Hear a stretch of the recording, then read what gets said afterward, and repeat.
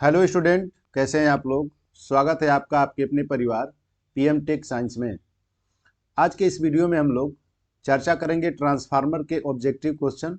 जो पिछले वीडियो में हमने 15 क्वेश्चन सॉल्व कराए थे, बाकी के नेक्स्ट जो क्वेश्चन है वो आज सॉल्व कराएंगे। तो आइए हम लोग स्टार्ट करते हैं। और ये किसी भी टेक्निकल एग्जाम के लिए बहुत ही महत्वपूर्ण होगा। और चैनल पर नए हो तो चैनल को सब्सक्राइब कर लें और वीडियो को लाइक और शेयर जरूर करें। तो आइए हम लोग स्टार्ट करते हैं। नेक्स्ट क्वेश्चन जो पिछले वीडियो में हम लोग पढ़ चुके हैं,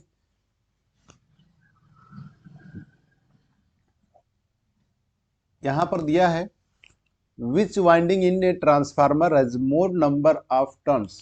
ट्रांसफार्मर में किस वाइंडिंग में वर्तों की संख्या अधिक होती है। ट्रांसफार्मर के किस वाइंडिंग में वर्तों की संख्या अधिक होती है। Which winding in transformer has more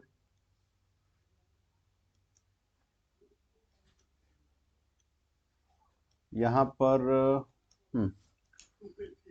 number of transformer sorry transformer में किस वाइंडिंग में वर्तों की संख्या अधिक होती है। तो ट्रांसफार्मर में जिस साइड वोल्टेज ज़्यादा होगा उसी के साइड टर्नों की संख्या ज़्यादा होती है, और जिस साइड टर्नों की संख्या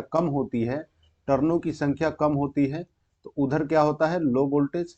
और जिस साइड टर्नों की संख्या ज़्यादा होती है वो आपका होता है हाई वोल्टेज, उच्च वोल्टेज। ठीक है, तो इसमें क्या होगा आपका, ट्रांसफार्मर किस वाइंडिंग में वर्णों की संख्या अधिक होती है, तो जिसमें संख्या अधिक होगा वो आपका हाई वोल्टेज वाइंडिंग ट्रांसफार्मर होगा। सो ठीक है, कौन सा करेक्ट होगा, सी, high voltage winding.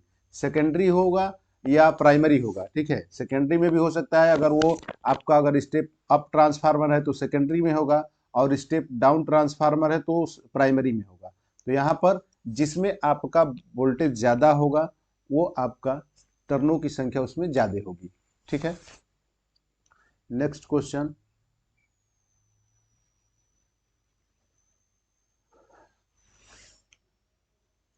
In a transformer hysteresis losses can be reduced by transformer में हिस्टेरिसिस हानियां जो है निम्नलिखित के द्वारा कम की जा सकती है। निम्नलिखित के द्वारा कम की जा सकती हैं। तो किसके द्वारा कम की जा सकती है, तो यहाँ पर आयरन कोर लेमिनेशन की मोटाई कम करके, स्टील लेमिनेशनों का सिलिकॉन अंश नियंत्रित करके, यानी controlling silicon content of the steel lamination, reducing the load on the transformer पर लोड कम करके, या नॉन ऑफ दिस, इनमें से कोई नहीं।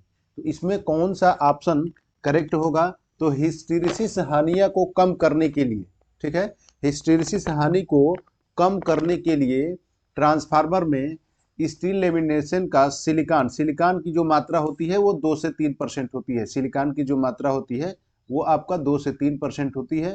तो इसमें क्या होता है कि controlling silicon content of the steel lamination, ठीक है, लेमिनेट करके उसके मान को, हिस्टेरिसिस लॉसेस को कम किया जा सकता है।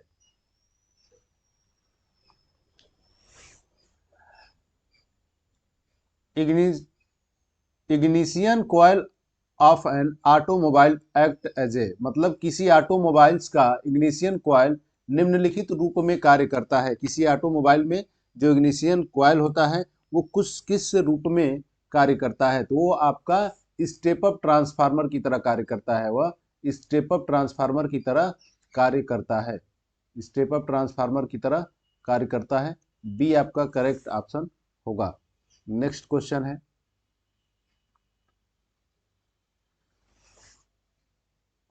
the number of turns in the primary of a current transformer is usually, current transformer सीटी इंस्ट्रूमेंट ट्रांसफार्मर होते हैं जो दो टाइप के होते हैं। एक होता है सीटी करंट ट्रांसफार्मर, और एक होता है पीटी पोटेंशियल ट्रांसफार्मर।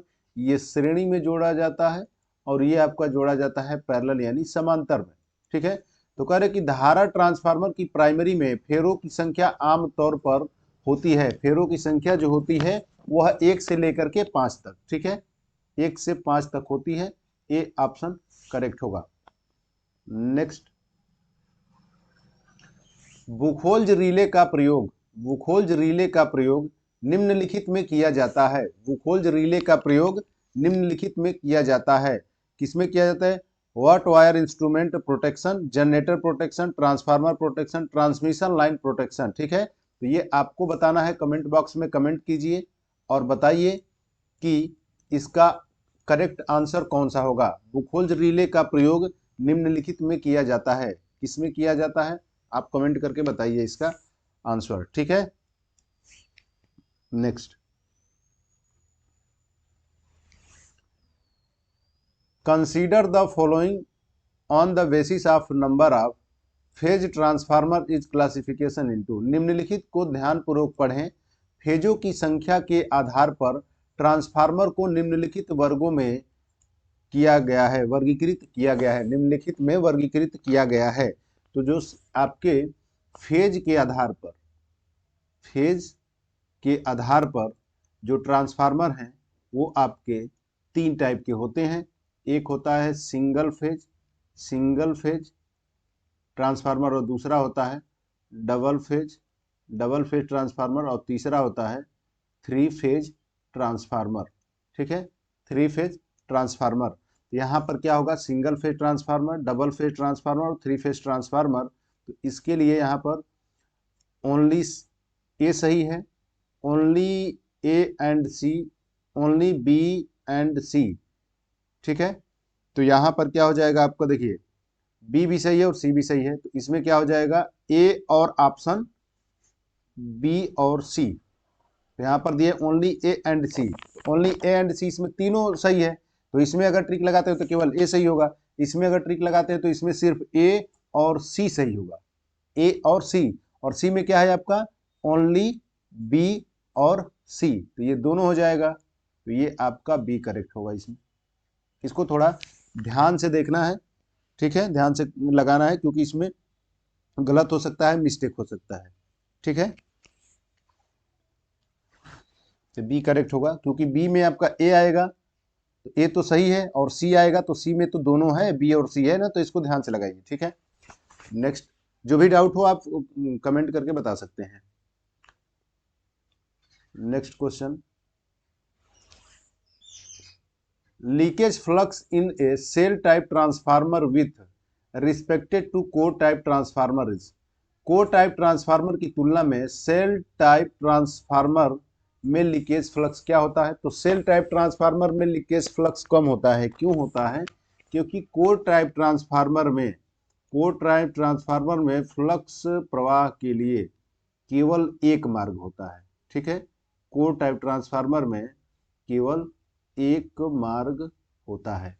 और सेल टाइप ट्रांसफार्मर में क्या होता है कि इसमें फ्लक्स के लिए दो मार्ग होते हैं। फ्लक्स के लिए क्या होता है?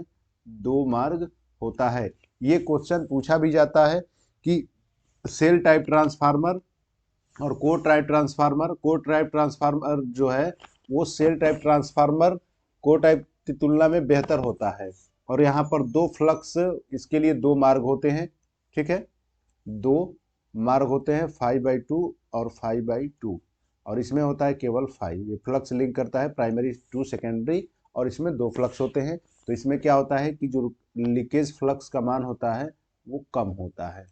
आपका ऑप्शन ए करेक्ट होगा। ठीक है, next,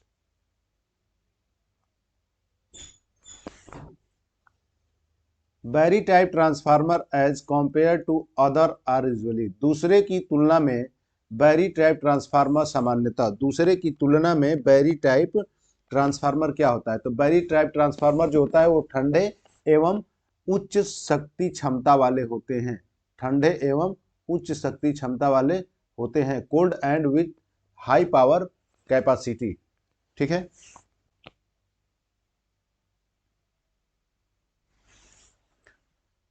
oil blast cooling is generally employed for transformer having capacity. Oil blast cooling किस ऑयल क्षमता के ट्रांसफार्मर के लिए प्रयोग किया जाता है? तो 500 केवीए से ज़्यादा, 500 केवीए से ज़्यादा होगा तो ऑयल ब्लास्ट कूलिंग ऑयल क्षमता के आधार पर प्रयोग ऑयल ब्लास्ट कूलिंग किया जाता है, प्रयोग किया जाता है। ठीक है, तो यहाँ पर क्या होगा?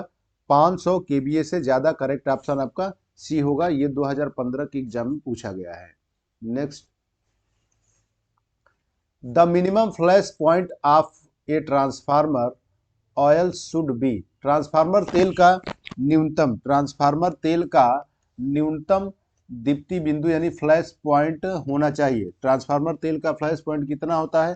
तो ट्रांसफार्मर तेल का आपका जो फ्लैश पॉइंट होता है वो आपका ये मतलब ट्रांसफार्मर के वीडियो या पिछले वीडियो में बहुत बार मैं बता चुका हूँ इसके बारे में कि फ्लैश पॉइंट वह होता है कि जिसमें फ्लैश पॉइंट मतलब ट्रांसफार्मर ऑयल का वह टेम्परेचर जिस पर ट्रांसफार्मर के तेल में आग लग जाता है उसे कहा जाता है flash point.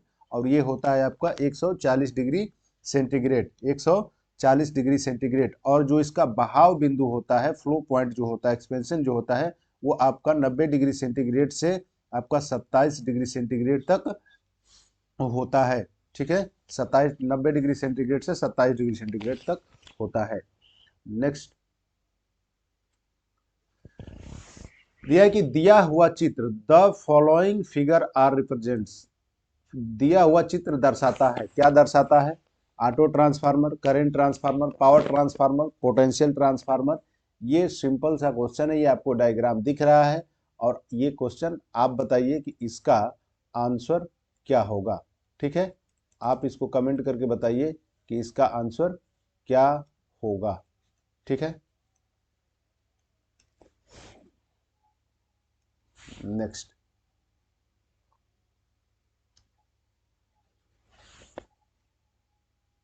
Clip on meter uses. Clip on meter uses, clip on meter का प्रयोग होता है। क्लिप ऑन मीटर का प्रयोग होता है किसमें? पोटेंशियल ट्रांसफार्मर में, डिस्ट्रीब्यूशन ट्रांसफार्मर में, करंट ट्रांसफार्मर में, ऑटो ट्रांसफार्मर में, किसमें किया जाता है? तो क्लिप ऑन मीटर का जो प्रयोग होता है आपका करंट ट्रांसफार्मर में किया जाता है, सीटी में किया जाता है, करंट ट्रांसफार्मर में किया जाता है। ठीक है,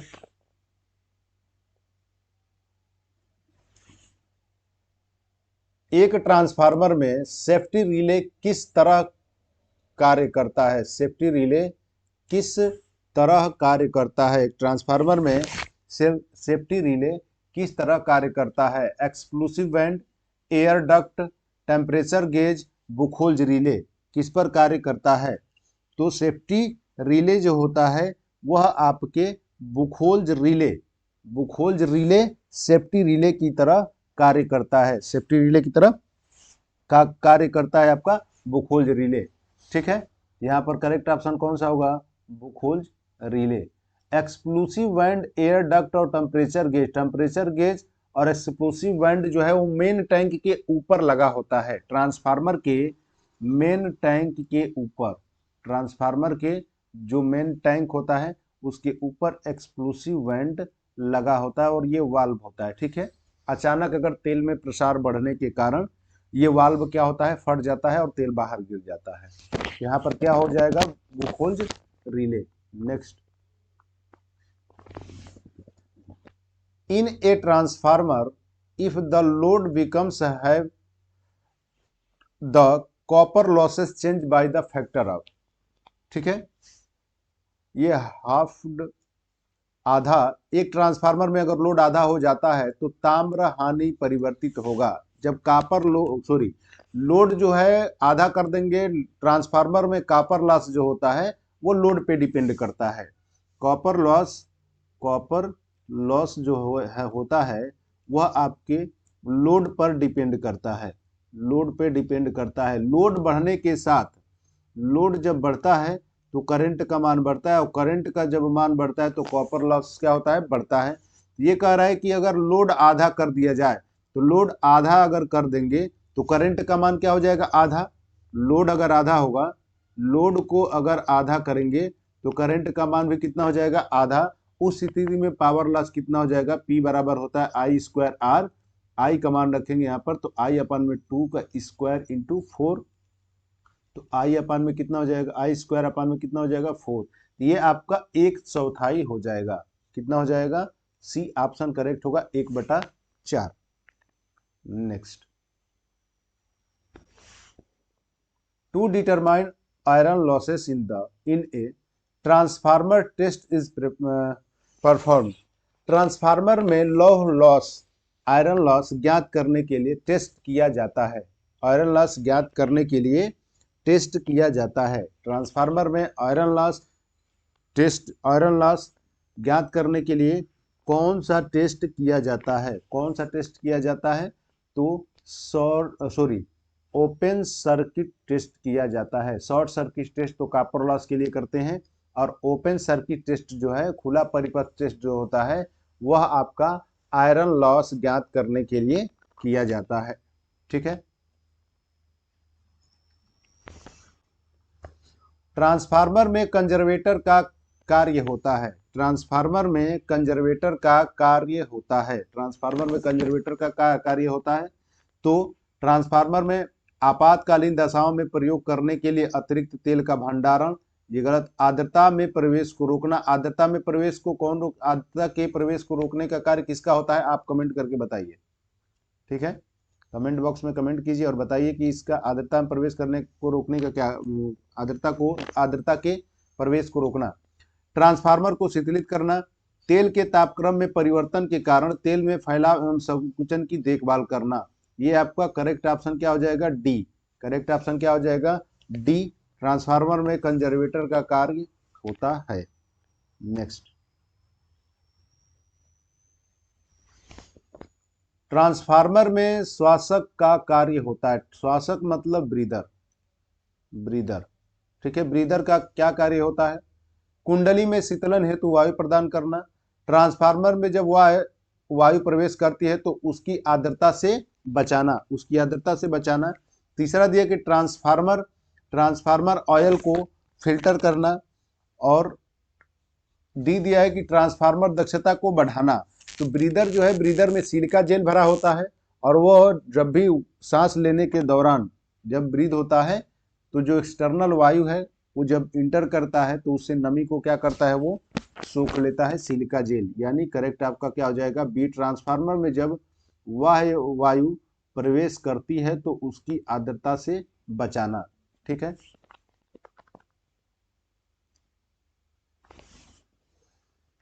ट्रांसफार्मर का कोर अच्छी गुणवत्ता वाले पदार्थ का बना होता है। ट्रांसफार्मर का कोर अच्छी गुणवत्ता वाले पदार्थ का बना होता है, जैसे कि CRGO इस्पात, ताकि निम्नलिखित न्यूनतम किया जा सके। CRGO का फुल फॉर्म क्या होता है? बताइए। CRGO का फुल फॉर्म क्या होता है? मेंशन कीजिए। CR0 का फुल फॉर्म क्या होता है? तो यहाँ पर क्या होता है? वह हिस्टेरिसिस लॉस को कम करने के लिए किया जाता है। ठीक है।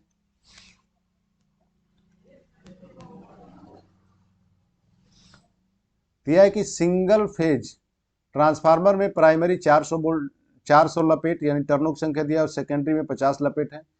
कोर का क्रॉस सेक्शनल एरिया दिया है आपका 80 सेंटीमीटर स्क्वायर, एवं फ्लक्स घनत्व दिया है 12 वेबर प्रति सेंटीमीटर स्क्वायर। यदि 400 volt 50 hertz AC supply primary side को दी जाती है तो ट्रांसफार्मर के सेकेंडरी साइड पर EMF एवं आवृत्ति क्या होगा? तो यहाँ पर E2 अपान में E1 इक्वल टू N2 अपान में क्या होता है? N1। ठीक है, ट्रांसफॉर्मेशन रेशियो या ट्रांसफॉर्मेशन रेशियो के अनुसार ये हम लोग फार्मूला निकालते हैं। यहाँ पर K इक्वल टू होता है E2 अपान में N1 चाहे N2 अपान में N1। यहाँ पर क्या होगा? देखिए, प्राइमरी के लिए प्राइमरी के लिए लपेट कितना दिया है? N1 का मान, प्राइमरी यानी N1 मान लेते हैं, और ये दिया है 400।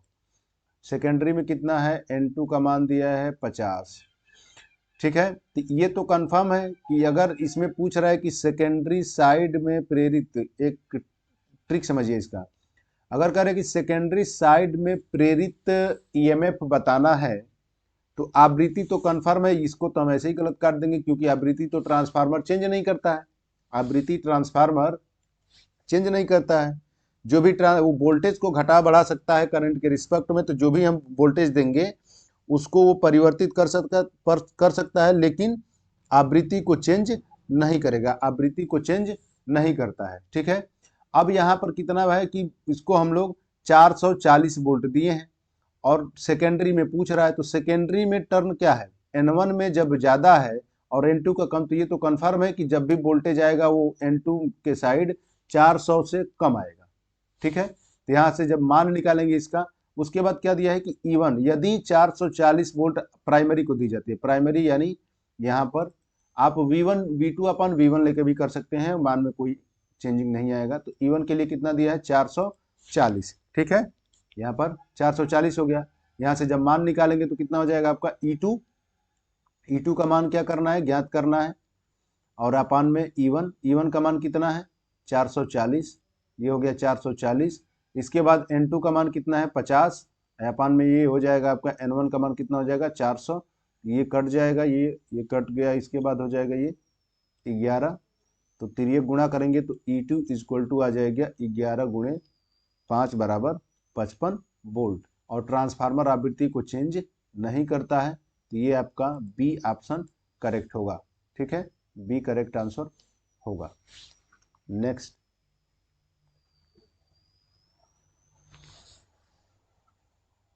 ट्रांसफार्मर में लौह कोर प्रदान किया जाता है निम्न के लिए।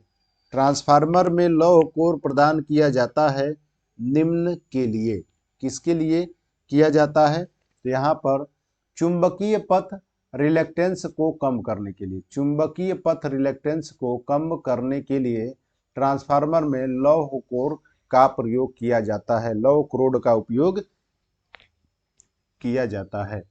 नेक्स्ट, एक ट्रांसफार्मर शुद्ध प्रतिरोध, एक ट्रांसफार्मर शुद्ध प्रतिरोध, यहां पर दिया कि एकक शक्ति गुणक मतलब यूनिटी पावर फैक्टर पर कार्य कर रहा है। यूनिटी पावर फैक्टर शुद्ध प्रतिरोध जो है यूनिटी पावर फैक्टर लोड पर कार्य कर रहा है, आपूर्ति कर रहा है, तो ट्रांसफार्मर का शक्ति गुणक होगा, ट्रांसफार्मर का शक्ति गुणक होगा। तो ट्रांसफार्मर का जो पावर फैक्टर होता है वो 0 से लेकर के 1 के बीच में, समझ रहे हैं ना, वो पावर फैक्टर कोई भी होगा तो आप मान लीजिए कि 0 से लेकर के 1 तक, 1 के बीच में आएगा। तो यहाँ पर जो इंडक्टिव, जैसे कि ये शुद्ध प्रतिरोध के लिए आपका होता है वो यूनिटी होता है, शुद्ध प्रतिरोध के लिए क्या होगा, यूनिटी होगा। अगर वह लोड इंडक्टिव है तो क्या हो जाएगा, ये लैगिंग हो जाएगा। अगर वो कैपेसिटिव है तो क्या होगा, आपका लीडिंग होगा, अग्रगामी होगा। तो ट्रांसफार्मर का जो शक्ति गुणक होगा वो आपका 0.95 पश्चगामी होगा। ठीक है, क्योंकि जो क्वाइल होंगे वो इंडक्टिव बिहेव होगा। तो यहाँ पर जो इसका ऑप्शन कौन सा होगा, बी लगभग 0.95 लैगिंग होगा। ठीक है,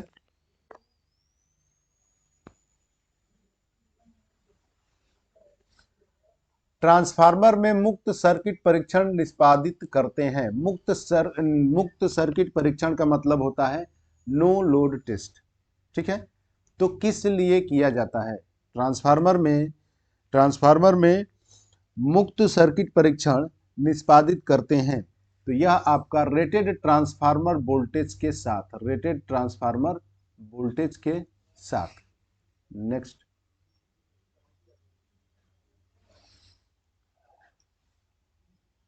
प्राइमरी वाइंडिंग के मध्य प्रवाहित धारा के द्वारा उत्पन्न फ्लक्स किसमें ईएमएफ प्रेरित करता है। प्राइमरी वाइंडिंग के मध्य प्रवाहित धारा के द्वारा उत्पन्न फ्लक्स किसमें ईएमएफ प्रेरित करता है। तो जो आपका ट्रांसफार्मर में जब आप सप्लाई देते हैं इनपुट के तौर पे, प्रवाहित धारा कराते हैं, तो उसका जो ईएमएफ जनरेट होता है वो आपके प्राइमरी और सेकेंडरी दोनों में होता है। प्राइमरी वाइंडिंग और सेकेंडरी वाइंडिंग दोनों में होगा, प्राइमरी और सेकेंडरी वाइंडिंग दोनों में होता है। नेक्स्ट,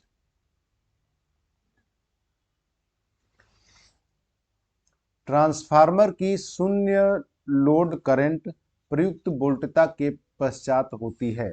ट्रांसफार्मर की जो नो लोड करंट है, शून्य भार पर जो धारा होती है, वो वोल्टता के पश्चात होती है। कितने डिग्री से होता है, तो आपका इसको याद रखिएगा 75 डिग्री होता है। ठीक है, 75 डिग्री। इसके लिए जब हम फेजर डायग्राम बनाएंगे, ठीक है, फेजर डायग्राम से ये सब निकाला जाता है। नेक्स्ट, किसी ट्रांसफार्मर का लघुपथ परीक्षण देता है। किसी ट्रांसफार्मर का लघुपथ परीक्षण देता है। लघुपथ का मतलब होता है कि शॉर्ट सर्किट, ठीक है। लघुपथ का मतलब क्या होता है? Short circuit. तो क्या देता है यहाँ पर? 75 नंबर क्वेश्चन दिया है, समतुल्य प्रतिरोध और क्षरण प्रतिघात, समतुल्य प्रतिरोध और कोर क्षति, चुंबकन धारा और क्षरण प्रतिघात, चुंबकन धारा और कोर क्षति। तो इसमें कौन सा आपका करेक्ट ऑप्शन होगा? तो समतुल्य प्रतिरोध और क्षरण प्रतिघात, समतुल्य प्रतिरोध और क्षरण प्रतिघात।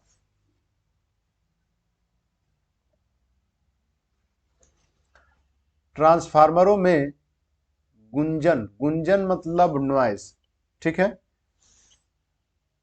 रव का कारण क्या है? गुंजन रव का कारण क्या है? ट्रांसफार्मरों में गुंजन रव का कारण क्या है? तो वो होता है आपका मैग्नेटिक विरूपण, चुंबकीय विरूपण के द्वारा, चुंबकीय विरूपण।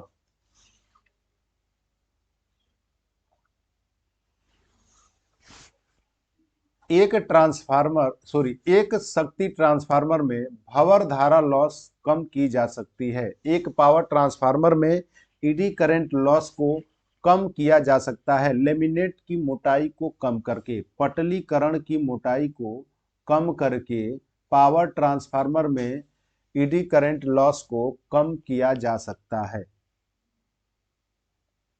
नेक्स्ट क्वेश्चन है आपका कि in order to protect a transformer from ED current losses, core are made up of। Transformer को ईडी करंट क्षय से रक्षित करने हेतु कोर को बनाया जाता है। ट्रांसफार्मर के कोर को बनाया जाता है। तो यह आपका बना होता है सॉफ्ट आयरन का। किसका बना होता है? सॉफ्ट आयरन का बनाया जाता है।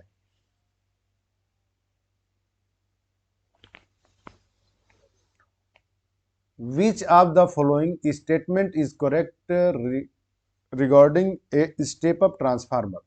इनमें से कौन सा एक स्टेप अप ट्रांसफार्मर के लिए सही होगा? स्टेप अप ट्रांसफार्मर के लिए सही होगा, ठीक है। तो यहां पर दिया है कि NP ग्रेटर देन NS। इसका मतलब यह है कि जो NP यानी प्राइमरी में जो टर्नों की संख्या है वो ज्यादा है किसके?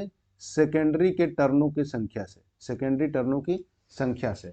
पहले यहाँ पर देखिए, स्टेप अप का मतलब होता है कि इनपुट वोल्टेज को बढ़ा करके आउटपुट में देना, ठीक है। वोल्टेज को क्या करता है? बढ़ाता है। पहले ही हम बताएं कि अगर वोल्टेज बढ़ाएगा तो इसका मतलब कि जिस साइड वोल्टेज बढ़ रहा है इधर टर्नों की संख्या क्या होनी चाहिए? ज्यादा। तो अब इसलिए है कि इसमें N2 ज्यादा होना चाहिए, यानी यहाँ पर NS ग्रेटर देन क्या होगा? NP। NS ग्रेटर देन क्या हो जाएगा? NP। और ये आपके स्टेप अप ट्रांसफार्मर के लिए होगा, ठीक है। तो इसमें V2 भी ज्यादा होगा V1 से, V2 ज्यादा होगा V1 से, टर्नों की संख्या ज्यादा होगा, और E2 की भी संख्या, E2 भी क्या होगा? ज्यादा होगा। E2 भी ज्यादा होगा किससे? E1 से। अब इसमें ये आपका हो जाएगा स्टेप डाउन के लिए। ये किसके लिए होगा? Step down, step down transformer हो जाएगा। और ये मोस्ट इंपॉर्टेंट, ये आपके लिए, आपको बताना है कि यदि दोनों ट्रांसफार्मरों की टर्नों की संख्या बराबर कर दी जाए, प्राइमरी और सेकेंडरी की टर्नों की संख्या बराबर कर दी जाए, तो उस ट्रांसफार्मर को क्या कहते हैं? जिसमें टर्नों की संख्या बराबर हो जाए उस ट्रांसफार्मर को क्या कहते हैं? और उसका उपयोग कहाँ किया जाता है? उपयोग कहाँ किया जाता है? Next,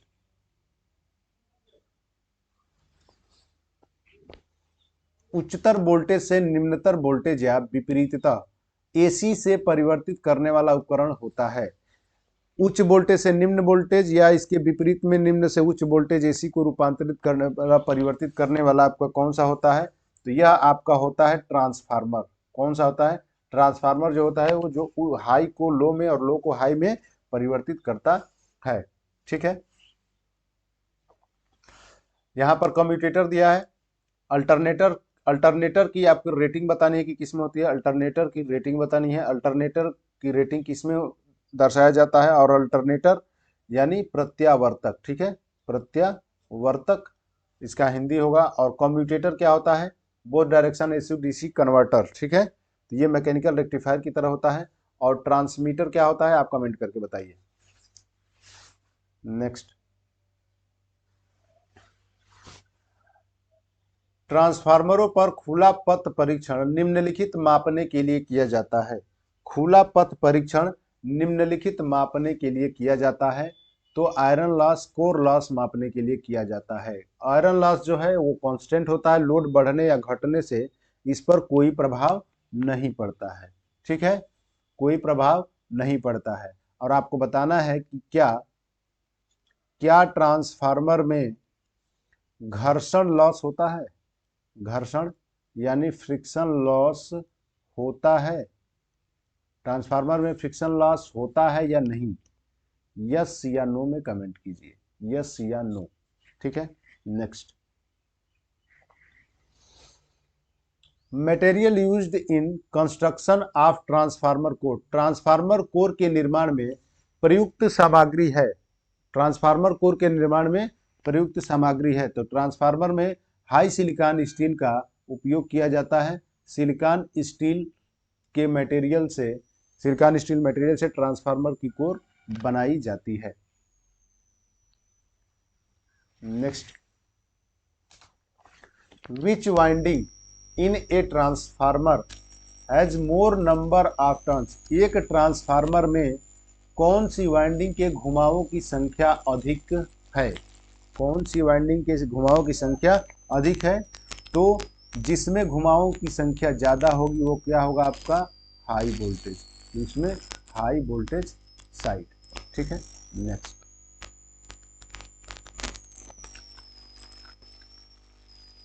phase difference between primary and secondary winding of a transformer, एक ट्रांसफार्मर की प्राथमिक और द्वितीयक वाइंडिंग के बीच फेज डिफरेंस होता है, फेज डिफरेंस होता है। तो इसके बीच जो फेज डिफरेंस होता है, फेज डिफरेंस जो होता है यह आपका 180 डिग्री होता है। कितना होता है, 180 डिग्री होता है, 180 degree phase difference, 180 degree phase difference होता है। यहाँ पर ये चेंज हो जाता है, ठीक है, 180 डिग्री। और आपको बताना है कि इसमें जो फ्लक्स होगा वो कैसा बनेगा, ट्रांसफार्मर में जो फ्लक्स होता है, फ्लक्स जो है होता है वो कैसा बनता है, साइनोसॉइडल, ऑप्शन है साइनोसॉइडल, ठीक है। और इसमें ज्या तरंग या कुज्या, या इसमें क्या बनेगा आप बताइए। इसमें आपका ऑप्शन हो जाएगा कितना, 180 डिग्री डिफरेंस होगा, ठीक है, 180 degree. Next,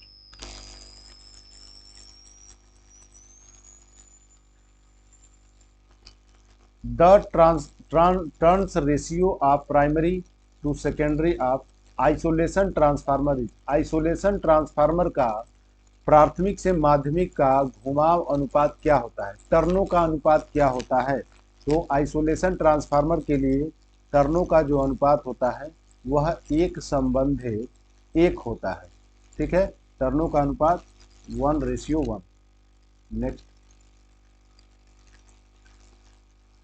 transformer, the rating of transformer is expressed in, transformer की रेटिंग को व्यक्त किया जाता है, ट्रांसफार्मर की रेटिंग को व्यक्त किया जाता है, ट्रांसफार्मर की रेटिंग को व्यक्त किया जाता है।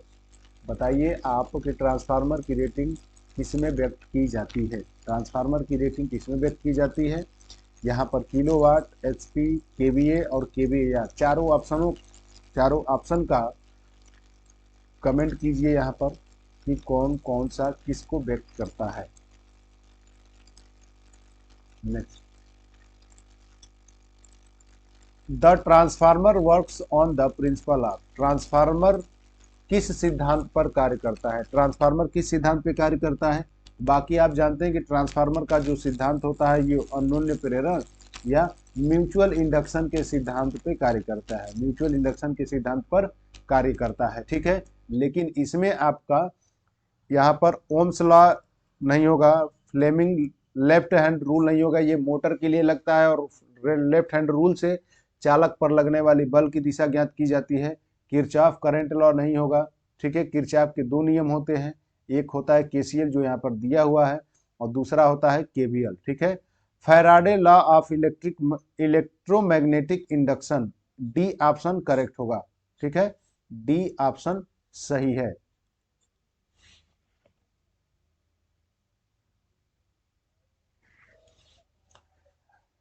ट्रांसफार्मर कोर लेमिनेटेड का प्रयोजन है, ट्रांसफार्मर कोर लेमिनेटेड का प्रयोजन है, ठीक है। The purpose of transformer core laminated is to, laminated is to किसके लिए होता है, तो लौह हानि को कम करने के लिए ट्रांसफार्मर कोर को लेमिनेट किया जाता है।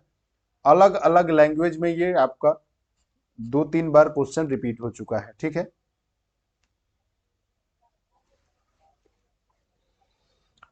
एक स्टेप अप ट्रांसफार्मर के रूप में भी इस्तेमाल किया जाता है, स्टेप अप ट्रांसफार्मर के रूप में इस्तेमाल किया जाता है। A step up transformer can be used as किसके रूप में किया जाता है स्टेप अप ट्रांसफार्मर, तो आपका स्टेप डाउन ट्रांसफार्मर के रूप में भी किया जाता है। देखिए कैसे, अगर मान लीजिए कि यहां पर एक ट्रांसफार्मर है जो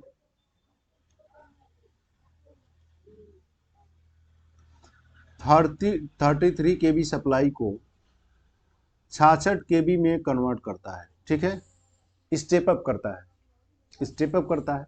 यानी ये क्या कर रहा है कि ये वोल्टेज को क्या किया, बढ़ा दिया, यानी ये काम किया आपका स्टेप अप का किया। और सपोज दैट मान लीजिए कि इसको हम जोड़ देते हैं प्राइमरी में, इसको किस में जोड़ दे, प्राइमरी में। तो यदि आप इधर से 66 केवी की सप्लाई देते हैं तो किस में कन्वर्ट करेगा, अगर ये आउटपुट के तौर पे होगा तो यहाँ पर वोल्टेज क्या होगा, घटेगा। तो स्टेप डाउन ट्रांसफार्मर के भी रूप में उपयोग कर सकते हैं, ठीक है, क्योंकि प्राइमरी हम उसी को कह सकते हैं जिसमें आप इनपुट देते हैं और जिधर लोड जोड़ते हैं वो आपका सेकेंडरी होता है। तो उसके अनुसार यहाँ पर स्टेप डाउन ट्रांसफार्मर के रूप में प्रयोग कर सकते हैं, ठीक है।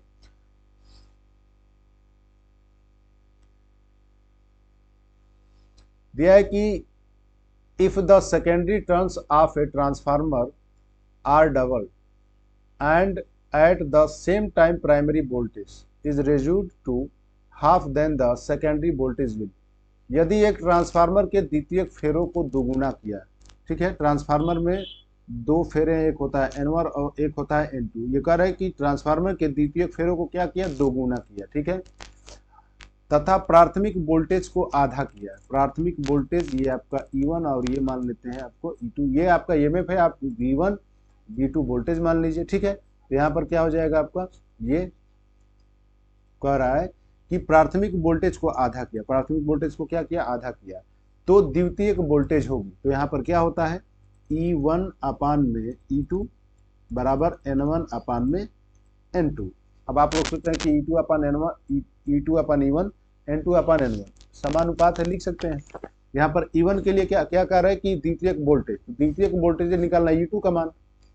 तो यहाँ पर E1 कितना है, E1 के लिए, या आप V1 अपान में V2 के लिए, तो यहाँ पर लिखेंगे तो V2 अपान में V1 बराबर N2 अपान में N1।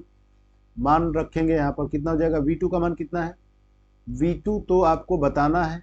तो यहाँ पर N2 कितना है, यहाँ पर N2 का मान है 2N2 और इसका मान है N1, और ये इसका मान रखेंगे गुणे, और तिर्यक गुणा करेंगे तो ये V1 चला जाएगा इधर। तो V1 का मान कितना है, 1/2, 1/2, ये क्या हो जाएगा V1, ये कैंसिल हो जाएगा और उसके मान में कोई परिवर्तन नहीं होगा, नॉट चेंज, कोई परिवर्तन नहीं होगा, ठीक है, इसके मान में कोई परिवर्तन नहीं होगा। Next,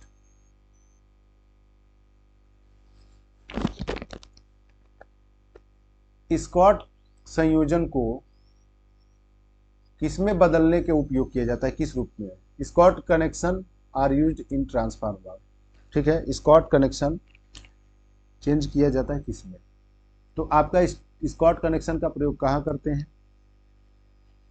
single phase supply into three phase supply, single phase supply into two phase supply, star connected primary in delta connected secondary, या three phase supply into two phase supply. ठीक है, तो इसमें कौन सा होता है, कौन सा होता है? यहाँ पर देखिए स्कॉट कनेक्शन जो होता है उसका उपयोग हम लोग करते हैं फेज में बदलने के लिए। ठीक है, थ्री फेज को टू फेज में बदलने के लिए स्कॉट कनेक्शन का उपयोग किया जाता है। ये आपका ऑप्शन क्या हो जाएगा? डी, थ्री फेज सप्लाई को टू फेज सप्लाई में चेंज करते हैं। लेकिन होता क्या है कि इसमें जो स्कॉट कनेक्शन होते हैं इसमें आपका एक मेन ट्रांसफार्मर होता है, एक मेन ट्रांसफार्मर होता है। ठीक है, जो ट्रांसफार्मर अनुपात होता है 1:1 होता है, एक मेन ट्रांसफार्मर होता है और एक होता है आपका टीजर ट्रांसफार्मर। क्या होता है? टीजर ट्रांसफार्मर होता है। तो उसका उपयोग हम लोग करते हैं एक तीन फेज की आपूर्ति को दो फेज आपूर्ति में परिवर्तित करने के लिए, चेंज करने के लिए। ठीक है,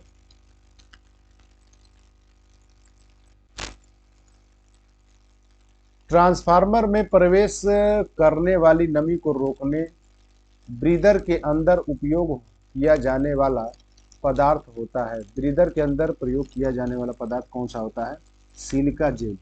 सिलिका जेल का प्रयोग किया जाता है। जो शुद्ध सिलिका जेल नीले रंग का होता है और नमी सोखने के बाद इसका रंग पिंक हो जाता है। ठीक है, और शुद्ध सिलिका जेल किस रंग का होता है?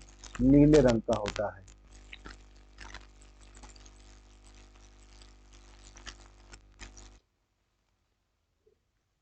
No load test on a transformer is carry out to determine. Transformer पर नो लोड परीक्षण किसको जानने के लिए किया जाता है? ट्रांसफार्मर पर नो लोड परीक्षण किसको जानने के लिए किया जाता है? ट्रांसफार्मर पर नो लोड परीक्षण किसको जानने के लिए किया जाता है? Copper loss, magnetizing current and copper loss, magnetizing current and no load loss, और efficiency of the transformer. Transformer में नो लोड टेस्ट किसके लिए किया जाता है? तो आपका magnetizing current and no load loss के लिए, नो लोड लॉस के लिए। ठीक है,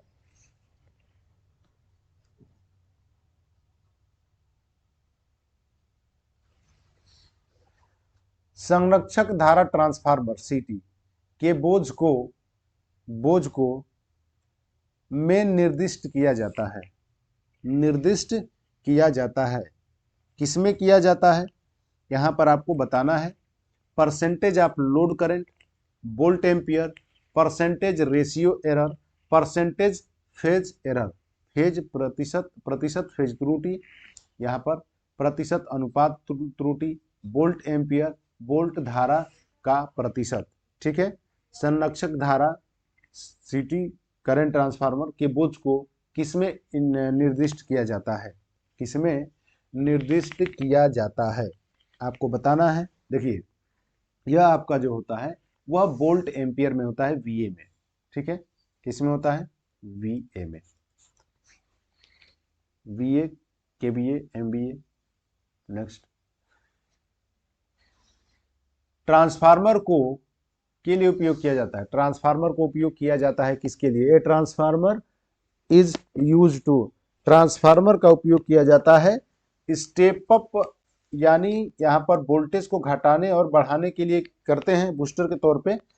तो स्टेप अप या स्टेप डाउन एसी वोल्टेज, ये आपका सही होगा, ये ऑप्शन। ठीक है, स्टेप अप डीसी पे कार्य नहीं करता है, आवृत्ति को चेंज नहीं करता है, और इंट्यूड वोल्टेज परिवर्तन लाए, यहाँ पर स्टेप अप या स्टेप डाउन एसी वोल्टेज। ठीक है, अगर मान लीजिए कि ट्रांसफार्मर को डीसी पे उपयोग किया जाए, ट्रांसफार्मर को डीसी पे उपयोग किया जाए तो क्या होगा? डीसी पर उपयोग करने पर क्या होगा?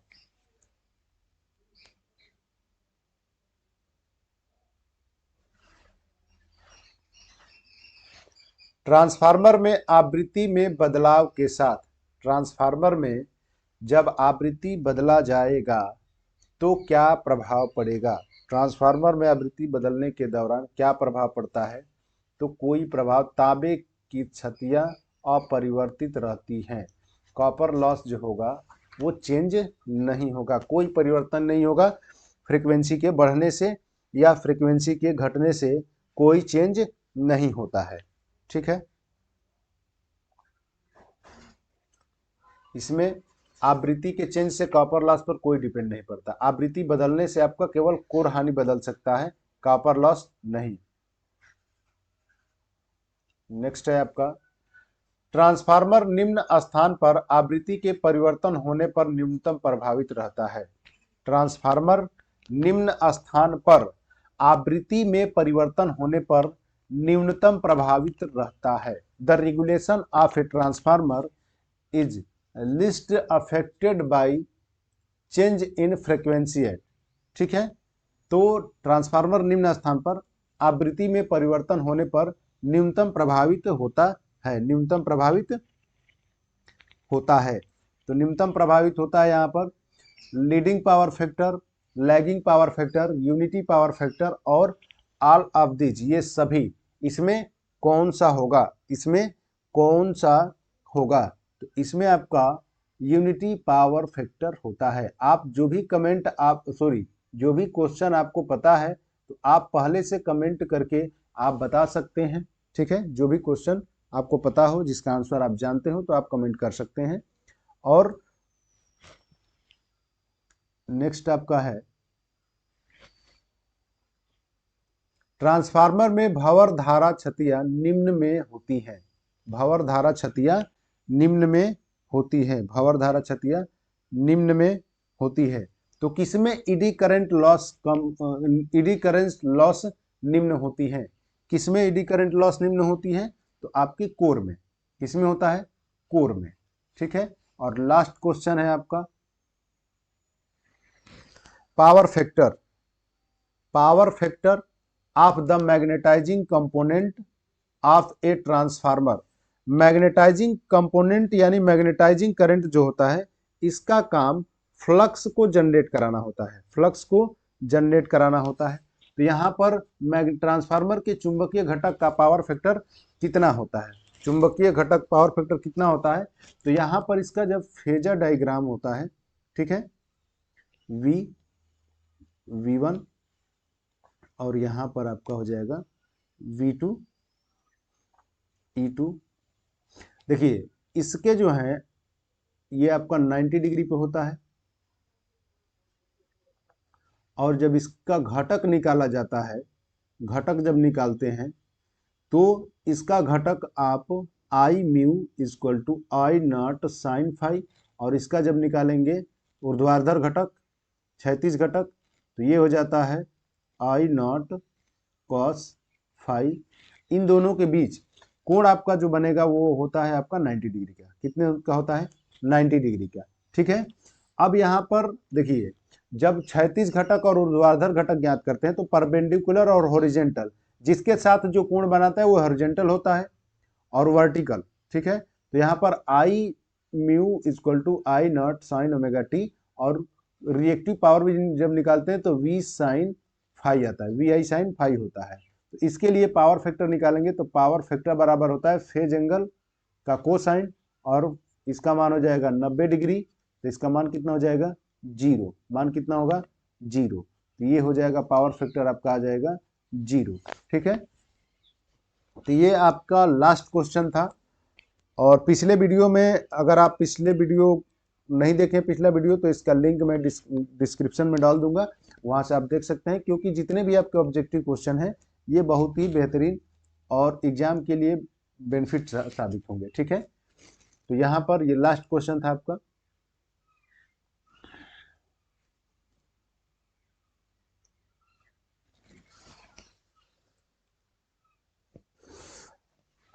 आपको वीडियो कैसा लगा? अगर वीडियो आपको अच्छा लगा हो तो लाइक ज़रूर करें और वीडियो को शेयर ज़्यादा से ज़्यादा करें।